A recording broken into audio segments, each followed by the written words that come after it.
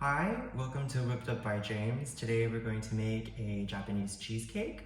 I've done this a few times to varying results, but now I think we've got it sussed out. So I'm going to take you through the steps that I take to make a Japanese cheesecake. First, we have our ingredients pre-measured. There's 60 grams of flour and 60 grams of corn flour in here.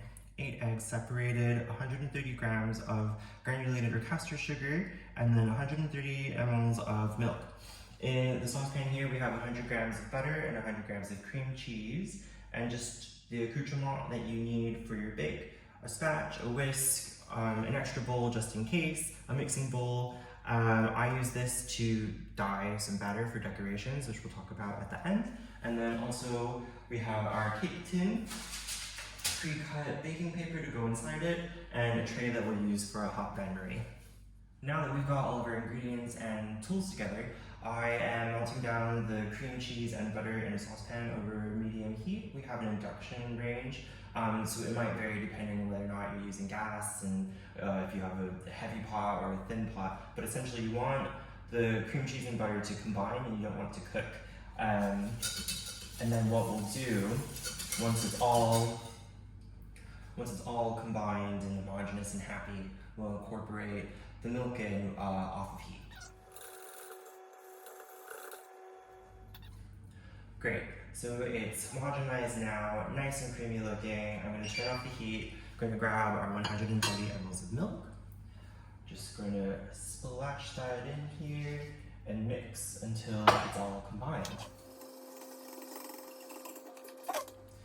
So now what we're going to do with this warm creamy mixture is we're going to take our egg yolks, whack it into this mixing bowl. Take your whisk, break up the yolks, get them to come together. Lovely. And then what we're going to do is slowly add this mixture into the yolks. Now you don't want to stun the yolks, as it were, because they will cook, and that's not what we're looking for. We want it to get sort of more of like a custardy effect.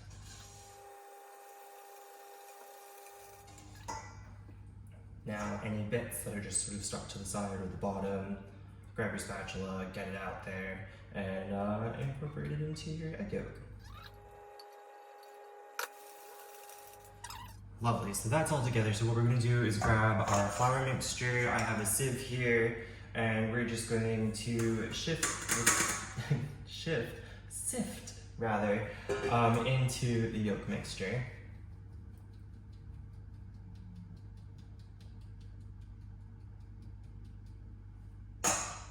Now we're going to gently combine. So we're going to set this aside. Now we have our egg whites in the stand mixer. We're going to turn it on to a low-medium speed, get it whipped up into soft peaks, and then start incorporating our sugar until we get stiff peaks. So our egg whites are finally whipped up. What I look for in order to tell that it's sort of done is that it's gotten glossy. It's starting to make sort of like fluffy clouds. And then when you pull it out, I mean, this is just like the age-old trick. Tap it in, pull it out, and if you get a nice stiff little peak, then there you go, you're ready to go. So what I'm gonna do with this now is I'm gonna incorporate it into my egg yolk mixture about a quarter at a time, folding it nicely so we don't release a lot of the air. And that will make our nice fluffy batter that's gonna go into the cake pan.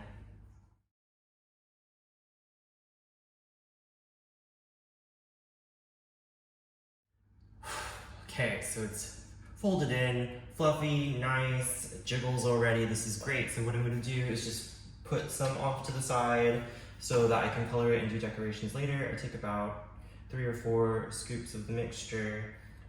Don't worry if there's still lumps of egg white in there, because what will happen when we put it into the pan is that we'll have another session to sort of remove any air or impurities. I use a gel, which is nice because it doesn't add a lot of moisture to what you're working with, so it doesn't compromise your batter.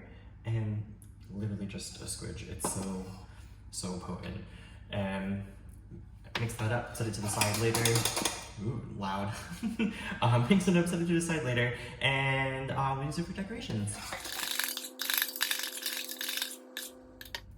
Right, Now our oven is preheated to 120 degrees Celsius on fan, nice, warm, ready to go. We have our batter that we've nicely folded together. So here is our cake tin. This is a non-stick pan that I found at John Lewis. I think it's 23 centimeters, 8 inches. It has nice tall walls to help with height when we do bake the cake. And so I've already cut out some baking paper. Just fit it into the bottom, make sure it's in nice and snug. As for decorations, what I did earlier was put some dye into some batter that I reserved off to the side. I'm going to show you a couple of things that you can do. If you have a brush, silicone, or hair is fine. Just get a little bit, and from the base, you can make a little spiraling action upward. I'm only going to do 2 on this one. There we go. Oops. Beautiful. That will help to make a design on the side of the cake when it's cooking. So next, take your batter, transfer it over. Now, with the batter in the pan, this is where your chopstick comes in handy. Insert it into the batter, touch the bottom, and you can spiral along the outer edge, working your way inward to help settle out the batter further, break up any egg white clumps that you didn't, incorporate fully previously. Whoops. And then clear off your chopstick, dry it off, because this will help you to do the decorations on top. Today I'm going to do hearts. Using the batter you set aside earlier, grab a spoon, make sure it's not going to drip anywhere, and then you make sort of an oval on top,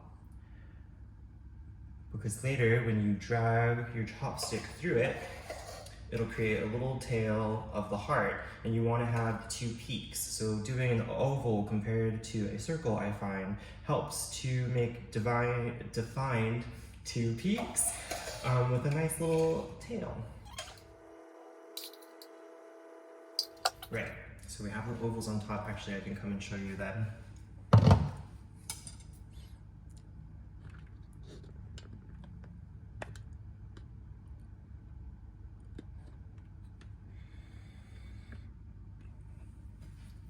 So we have the ovals on top, and what we're going to do is put the chopstick at the top of one heart, drag it through, try and hit the middle of each one. Sometimes that doesn't work out. And then at this one, when you come back home, continue going, but start weaving the batter, and there you go, you have your little hearts on top. Super cute.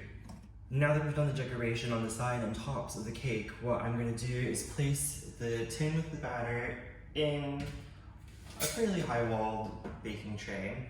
Have a kettle of hot water here, and what I do is I open up the oven, put the tray in on the rack first, and then you can pour your hot water directly in, not worrying about any sort of spills or burning yourself and all that sort of stuff. I would say go about halfway up the side of the tin. And there you go, she's in. So now our bake is in the oven at 120 degrees and it will stay there for 20 minutes. Then we'll increase the temperature without opening the door to 150 degrees Celsius and bake for 15 minutes. At that point, come, open the door, let it chill out, air out for about 10 seconds, decrease the temperature to 100 degrees Celsius, bake for a further 40 minutes. At the end of the 40 minutes, turn off the oven and let the cake cool for 10 minutes inside. We've done all the fiddly temperature bits of the bake. Our cake is ready to come out. It's been sitting in the oven, chilling, slowly cooling down, and we should have a nice little rise on it. Hey yo, there she is. Now, the way that I extract the cake out of the tin, so you need a clean cloth, you need a plate, and then a cake stand or a cake board, a cutting board, to transfer to. So you pick her up, gently tap her, rotate around, get the edges and sides to release. Then, toss that over there, put the little plate on top, and flip. remove the tin. There she is. Very nice, very nice. Peel back the paper that we laid down at the bottom very carefully because you don't want to tear the batter. Well, cake now. Anyway, ooh, come on. Sweet. Then, carefully pick up your cake and what you are transferring it to. And flip. Now, there she is, and look at her go! Ah! Such fun. And there are the little hearts on top. Don't worry about the cracking and any other imperfections in the top, because what I've done is put 3 tablespoons of honey into this pot with 2 capfuls of vanilla. You can put other things like apricot jam, goes really nicely. And I'm gonna take this, glaze the top of it, gonna give it a nice sheen, cover up a little bit of those imperfections, define the hearts a bit more, and then you'll have a lovely, jiggly Japanese cheesecake.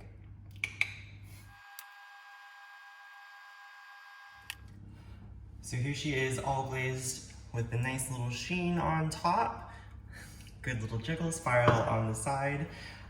It's best to serve this cake warm. It's eventually going to deflate as it cools down and the air pockets inside start to close up. But you can store it in the fridge for a few days and continue enjoying it. This is a really great one to make if you want to impress your friends. It's also a good combination in between a cheesecake and a souffle, so those who don't like things too eggy or those who don't like things too cheesy, it is just an all-around crowd pleaser. So thank you for watching this first episode of Whipped Up by James, and we'll be back with some more bakes.